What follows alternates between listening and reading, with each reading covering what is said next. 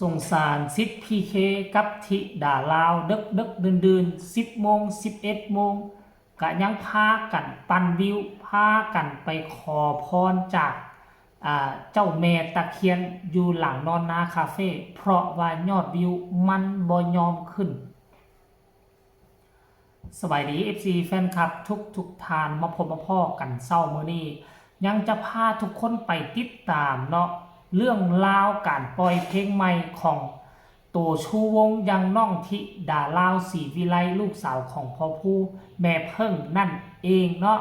หลายคนก็ฮือฮาว่าเพลงนี้น่าจะเป็นเพลงหนึ่งที่มาดีมาแห้งกว่าเพลงหอบฝันข้ามโค้งค่อยก็เป็นผู้หนึ่งที่คิดแนวนั้นท่านผู้ชมแต่ปรากฏว่าปล่อยเพลงออกไปแล้วปัจจุบันนี้นะจะประมาณ17-18 ชั่วโมงแล้วแหละบ่แม่นได้24 ชั่วโมงแล้วเนาะเพลงปล่อยเมื่อวานนี่7 โมงกว่าๆเดี๋ยวนี้8 โมง24 ชั่วโมงแล้วปรากฏว่าบ่ได้ฮอดแสนดังที่พวกเฮาเจ้าค่อยตั้งใจเอาไว้ยอดวิวนี่24 ชั่วโมงได้แต่ 50,000 กว่าขนาดมือคือนี่น่ะซิดพีเคกับธิดาลาวหลังจากลงไล่สดแล้วปั่นวิวกันต่อจนฮอด10 โมงครึ่งจนว่าฮอด11 โมงพุ่นน่ะตีทวน11 โมงพุ่นน่ะปั่นกันมือถือจนจักกี่เครื่องเป็น10เป็น20เครื่องปั่น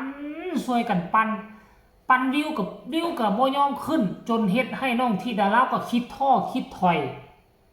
มีทางเดียวที่จะต้องได้ไปเฮ็ดเนาะขอพ่อแม่ก็ขอแล้วยอดวิวก็ยังบ่กระเตื้องไปขอน้ำเจ้าแม่ตะเคียนอยู่หลังทงหน้าหันษาแล้ว10 โมงครึ่งบังคับซิดพีเคย่างไปหาเจ้าแม่ตะเคียนอยู่บนมืดป๊าดทุกคนไปขอก้มกราบเจ้าแม่ตะเคียนขอให้มันได้ดังที่ใจวางเด้อสรุปรวมแล้วมันก็ยังบ่ได้ตามที่พวกเขาตั้งเอาไว้1 วัน100,000 วิวบ่ได้แล้วบัดนี้มาไล่เด้มาไล่ที่พ่อแม่อัดฉีดมา 5,000 เป็นจังได๋ถึงแม้ว่ามันบ่ฮอดแสนกะยาแต่ว่า FC แฟนคลับเขาเจ้าได้เห็นความมุ่งมั่นตั้งใจของธิดาลาวแล้วนะเขาเจ้าเห็นความมุ่งมั่นตั้งใจของธิดาลาวเขาเจ้าเลื่อนเวลาไปให้ตืมทุกคนเขาเจ้าได้เลื่อนเวลาไปให้ตืม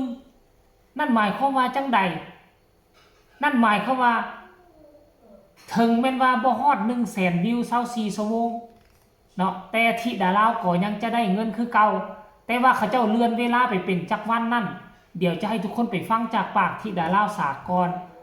แล้วจังมาพอกันในช่องต่อไปเชิญไปชมคลิปนี้นำกันทุกคนเลยดึกดื่นแล้วยังสิว่านอนอยู่ติดอยู่นี่ฮะ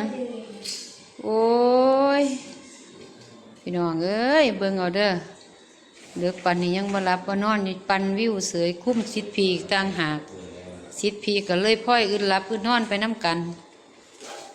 เป็นยังไงเขาว่าอีกโดนปานใดเขายังสิให้นอน45,000ครับได้หลายปานใดแล้วตอนนี้ได้44,500แล้วโอ้เอาพี่น้องเอาซอยกันเด้อซิดพีอยากนอนคักแล้วเพื่อนจะขวางกับพ่อจะขวางเฮ้ยมันพอแห้งแล้วซิดพีว่าเอาพี่น้องซอยกันเด้อค่ะนี่ปุ่น Parang sila yung bata. ปุ่น Okay mo ng twin. นั่งเล่นสีเสื้ออยู่มันจะบักกวากลงหัวคืออย่าง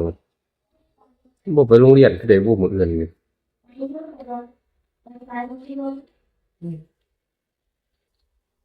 กันบ่ฮอด50,000สิบ่นอนพะนะหลังบ้านเด้อฝากถึงอันแม่พึ่งเด้อครับอยู่ทางกรุงเทพแจ้งมาได้เด้อว่าหลังบ้านฮอด50,000แล้วเพราะว่าสิได้ไปนอน Pwede. อีหยังอีกบ้านนี่ Niya kumiso. มันยากสุดแล้วทีเดียวนี่จัง Siya, hindi mo katada ko eh. Diba? Oy, yung patang na niya na. แย่งว่าหยัง Ako, may suna siya po niya. บ่เปิดเอาเข้าไปอีกเอาอยากว่าไหวแม่ว่าขอแม่กับนี่เด็กก็ไหวตรงนี้เอานั่งลงกราบ Ay, suna siya, usang mo yun. เด็กดืนก็ได้ภาพมา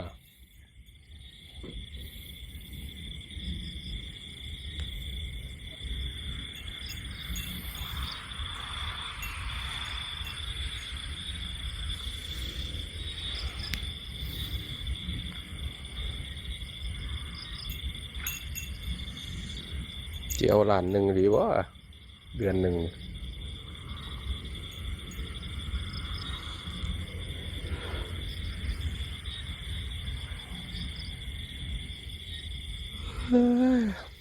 4 ทุ่มให้พามากราบแม่ตะเคียนมาขอพร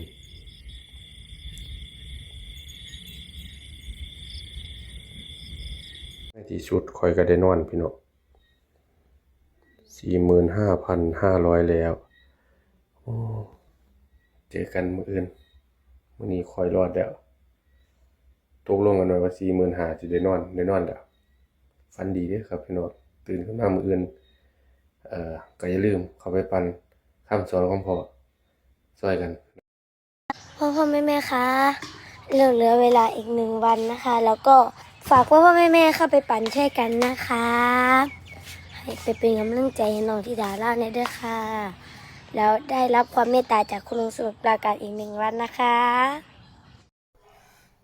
เป็นจังไหนทุกคนได้ชมคลิปนี้แล้วเป็นจังไหนขอขอบใจเนาะทั้งคลิปของยายรุ่นคลิปของซิดพีเคแล้วก็คลิปของน้องธิดาลาวเฮ็ดให้พวกเขาฮู้ว่าจังใดเนาะรางวัลมาลัย 5,000 นี่ต้องตกเป็นของธิดาลาวก็พอผู้แน่นอนเพราะว่าทั้งคุณลุงสมุทรปราการผู้ที่อัดฉีดนั่นเพิ่นได้เลื่อนเวลาให้เป็น2 วัน 100,000 วิวปัจจุบันนี้ทะลุ1 วันไปแล้ว50,000 กว่าวิวท่านผู้ชมบางกี้นี่ค่อยไปเบิ่งก็ 55,000 กว่าวิวไปแล้วมีโอกาสบ่อีก1 วันเนาะ 7 โมงเช้าของมื้ออื่นต้องทะลุแสนพอแม่คิดว่ามีโอกาสนั่นหรือบ่สำหรับค่อยว่ามีโอกาสแต่ค่อยก็มีคำถามอยู่ในใจเพลงหอบฝันข้ามโขงเป็นเพลงเฉพาะกลุ่มที่หอบฝันข้ามโขงมาขายแรงงานอยู่ทั้งประเทศไทยแต่เป็นอย่างเพลงนั้นคือโด่งดังเปียงปังและเพลงนั้นจึงมีกระแสหลายกว่าเพลงนี้ทั้งที่เพลงนี้นะคนทั่วโลกฟังแล้วมันถือกับชีวิตของทุกคนในโลกนี้แต่เป็นอย่างกระแสเพลงนี้จึงมาบ่ดีจึงมาบ่ไวจึงบ่โดดเด่นซ้ำเพลงหอบฝันข้ามโขงอันนี้คือเป็นคำถามอยู่ในใจของภายในหลายคนค่อยก็บ่เข้าใจเช่นเดียวกันทั้งที่เนื้อห้องทำนอง MV มันก็ถือกับชีวิตของทุกคนอยู่แล้วนะแต่เป็นอย่างคนจึงบ่สนใจทุกคนหรือว่าแนวเพลงคนบ่มักแนวเพลงแบบนี้บ่คนมักแนวเพลงที่สู้ชีวิตบ่แต่เนื้อเพลงนี่มันก็อยู่นะมันก็มีอยู่นะแบบเพลงเนื้อเพลงที่สู้ชีวิตช่วยค่อยคิดแน่ทุกคนช่วยกันคิดแน่มันเป็นย้อนหยังวะหรือว่าทุกมือนี่ AI มันดัง AI มันบ่ดัง AI มันจับผิดบ่ยุคนี้ยุค AI เด้ท่านผู้ชมเอาจังใดก็แล้วแต่เด้อทุกคนเด้อมีโอกาสอีก1 วันแล้วพวกเฮาก็ช่วยกันแน่คิดเห็นซิดพีเคกับธิดาลาวดึกดื่นบ่หลับบ่นอนพากันมาปั่นวิวให้เพลงตนเองนี่นะในฐานะที่พวกเฮาเป็นพ่อแม่ FC แฟนคลับเฮาก็บ่ต้องเฮ็ดให้ความมุ่งมั่นตั้งใจของธิดาลาวมันสูญเปล่าก็พากันพักดันพากันเฮ็ดแน่เนาะ FC แฟนคลับอยู่นี่เกือบเป็นอยู่ช่องของพ่อผู้นี่บวกกันก็เกือบเป็นล้านแต่เฮ็ดจังได๋เพลงนี้ยอดวิว50,000ซื่อๆน่ะสรุปแล้วเขามาติดตามเพราะอีหยังก็บ่เข้าใจเช่นเดียวกันคันติดตามก็ช่วยพากันพักดันพากันกดไลค์กดแชร์พากันช่วยปั่นวิวได้ติล่ะเอาขอห้องอีกแห่งนึงก็แล้วกันเด้อค่อยก็สิไปปั่นมื้อเช้านี่ค่อยปั่น2 รอบแล้วจึงไม่เฮ็ดคลิปเฮ็ดข่าวตื่นมาก็ได้ฝากพ่อแม่คนละ1 ไลค์1 แชร์ก็แล้วกันไผมีคำคิดคำเห็นแนวใดก็ส่งข่าวมาได้ทางใต้คอมเมนต์สำหรับคลิปนี้ลาท่านผู้ชมไปก่อนสบายดี